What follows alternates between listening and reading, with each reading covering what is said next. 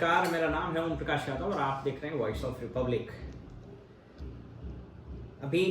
विगत सप्ताह मोहन भागवत आरएसएस के प्रमुख ने एक बयान दिया कि यंग कपल्स को 3 बच्चे पैदा करने चाहिए। इसके पहले चंद्रबाबू नायडू ने जनसंख्या नीति लाने पर जोर देते हुए कहा कि हम अपने राज्य में उन्हीं लोगों को स्थानीय निकाय में चुनाव लड़ने की इजाजत देंगे जिनको कम से कम 2 बच्चे होंगे, तो अधिक बच्चा पैदा करने का। कई एक मुस्लिम धर्मगुरु या उससे जुड़े लोग कहते रहे हैं कि मुस्लिमों को अपनी आबादी बढ़ानी चाहिए। ये अचानक से इस देश में पता नहीं कौन सा चीज हो गया है और इसके कारण जो हमारा पॉपुलेशन जो ऑलरेडी यह हिंदुस्तान, आप सब लोग को मालूम है कि हिंदुस्तान दुनिया के सबसे बड़ी आबादी वाला मुल्क है, तो अचानक से इस तरह के जो वक्तव्य आ रहे हैं उसके कारण कहीं ऐसा ना हो कि हम पॉपुलेशन कंट्रोल करने में जो हमने अचीवमेंट हासिल किया है, जो कि नेशनल फैमिली हेल्थ सर्वे 5 में स्पष्ट रूप से नजर आता है, वो कहीं फिर से बेपटरी न हो जाए। आइए इसके पहले पॉलिटिकल मतलब को समझते हैं, फिर नेशनल फैमिली हेल्थ सर्वे में जो अचीवमेंट हिंदुस्तान का वो उस पर चर्चा करेंगे। आप सब लोग को मालूम है कि जो फाइनेंस कमीशन है वो राज्यों में धनों के बंटवारा प्लस 2029 में जो डिलिमिटेशन होगा उसमें पार्लियामेंट की जो सीटें बढ़ेंगी या घटेंगी, घटेंगी तो नहीं बढ़ेंगी, उसका एक प्रमुख आधार होगा आबादी। यानी जिन राज्यों में ज़्यादा आबादी होगी वहाँ पर पार्लियामेंट के अधिक सीट होंगे या और अकॉर्डिंगली फिर विधानसभा के अधिक सीट होंगे। अब साउथ के राज्यों को एक परेशानी हो रही है, उनके लिए उनका कंसर्न ये है कि वित्त आयोग जो केंद्र से धनराशि को ट्रांसफर करता है एक फॉर्मूले के तहत, अभी 16वां वित्त आयोग का आना बाकी है, तो उसमें आबादी एक प्रमुख इंग्रेडिएंट होता है, उसमें कुछ मार्क्स मिलते हैं। यही कारण है कि बिहार, उत्तर प्रदेश और नॉर्थ के वैसे राज्य जहां आबादी अधिक है उसको वित्त आयोग की अनुशंसा पर केंद्र से ज्यादा राशि मिलती है। इस पर कई बार बहस हुई है, कई बार बहुत तल्ख बयान भी आए हैं और अभी तक तो ये इकोनॉमिक फ्रंट पर ही हो रहा, लेकिन यह नॉर्थ साउथ का डिवाइड होकर के कहीं पॉलिटिकल झगड़ा न बन जाए, यह भी संभावना से आप इनकार नहीं कर सकते हैं। अब साउथ के राज्य, इवन तमिलनाडु में भी इस तरह की बातें उठ रही कि हम लोग को अपनी आबादी बढ़ानी चाहिए ताकि हमको ज्यादा पार्लियामेंट में सीट भी मिले और फाइनेंस कमीशन से हमको ज्यादा पैसा मिले। अब ये सोच लीजिए कि कितना डेंजरस ट्रेंड है। हालांकि मोहन भागवत जी आरएसएस प्रमुख, इन्होंने दूसरा एंगल से कहा,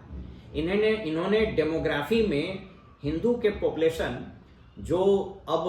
84-85% रह गई है, जबकि ये 47 में 90 से ज्यादा प्रतिशत था, मुस्लिमों की आबादी 18% हो गई है, तो इसको लेकर चिंता जाहिर की है और कहिए कि इन्होंने कहा, इनका अभिप्राय यही था कि हिंदू पॉपुलेशन में जो यंग कपल्स हैं उनको कम से कम 3 बच्चे पैदा करना चाहिए। चंद्रबाबू नायडू ने यद्यपि एक दूसरे चीज का हवाला दिया, उन्होंने कहा कि जो एजिंग पॉपुलेशन हमारा वो बढ़ रहा है और कहीं हम चाइना और जापान की तरह नहीं हो जाए, इसलिए हम लोग को 2 बच्चे पैदा करने की नीति बनानी चाहिए, राष्ट्रीय नीति बनानी चाहिए। लेकिन उनका भी मंशा वही है कि अगर हम अपनी जनसंख्या बढ़ाएंगे तो जो परिसीमन होगा 2029 के चुनाव के पहले, उसमें हम ज़्यादा से ज़्यादा लोकसभा सीट प्राप्त करेंगे और अकॉर्डिंगली हमको फाइनेंस कमीशन से ज़्यादा धनराशि उपलब्ध होगी। बिहार में जब जातीय आधारित गणना हुई तो उसके जो आंकड़े आए उसके अनुसार प्रमुख रूप से जो आंकड़े पब्लिक डोमेन में उपलब्ध है उसमें 14% यादव, 18% मुस्लिम और लगभग 65% के आसपास अति पिछड़ा वर्ग जो है ये आ गया था। अब उस अति पिछड़ा में भी अलग अलग जातियां होती हैं। सबसे कम परसेंटेज हिसाब से अपर कास्ट में कास्ट का था, तो अब वो सारे आंकड़े आप देख सकते हैं, मैं उस पर नहीं जा रहा हूं। अब उसने भी एक बहस छेड़ दी है और जो उस पर्टिकुलर जाति के नेता हैं, जो अपने आप को नेता मानते हैं, वो अब इस चक्कर में लगे कि हमारी जाति की संख्या बढ़ जाए, यानी हमारी जाति की आबादी बढ़ जाए। मुस्लिमों को लगता है कि 18% अगर हम 25% हो जाते तो हम ज्यादा सीट ले पाते। तो ये जो एक नया होड़ पैदा ले लिया है, कहीं यह देश को पुनः मुसीबत में न डाल दे, क्योंकि बड़ी मुश्किल से यह देश आबादी नियंत्रण पर थोड़ा ही बहुत सही लेकिन नियंत्रण पाया है, जो कि इन आंकड़ों से स्पष्ट होता है। आप देखिए, जो मैं बिहार के संबंध में आपको बताता हूं, वैसे नेशनल जो एवरेज हमारा है ये 2.1 हो गया है, यानी प्रत्येक कपल, ये जो हमारा फर्टिलिटी रेट उसको बोलते हैं, वह 2.1 हो गया। अगर अब मैं बिहार की बात करूं तो हिंदू की का जो ये है नेशनल फैमिली हेल्थ सर्विस के हिसाब से यह 2.88 है,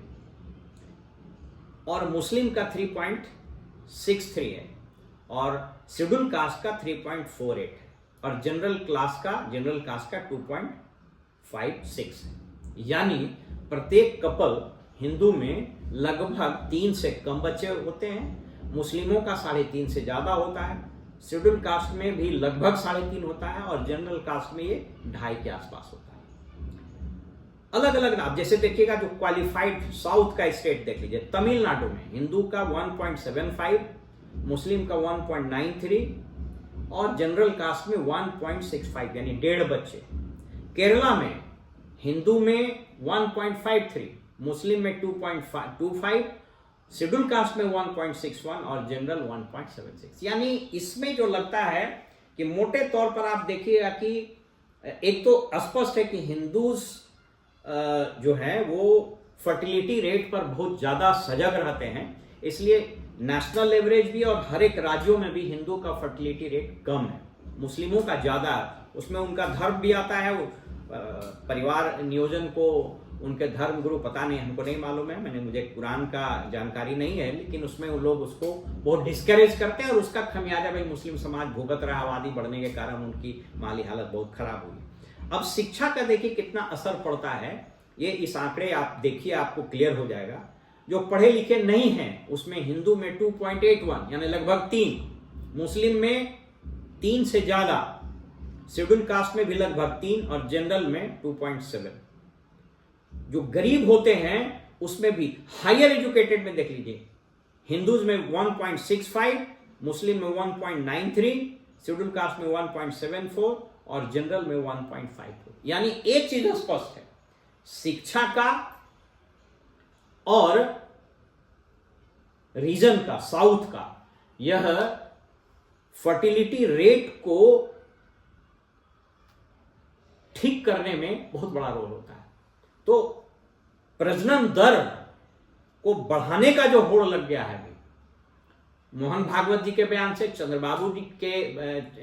नायडू के बयान से, या फिर और बहुत सारे जो अलग अलग माध्यमों में मुस्लिम वर्ग या अलग अलग वर्ग जो इसमें बढ़ावा देते हैं, और बिहार में तो बिल्कुल होड़ लगा हुआ है हर जाति में कि हमारी संख्या थोड़ी बढ़नी चाहिए।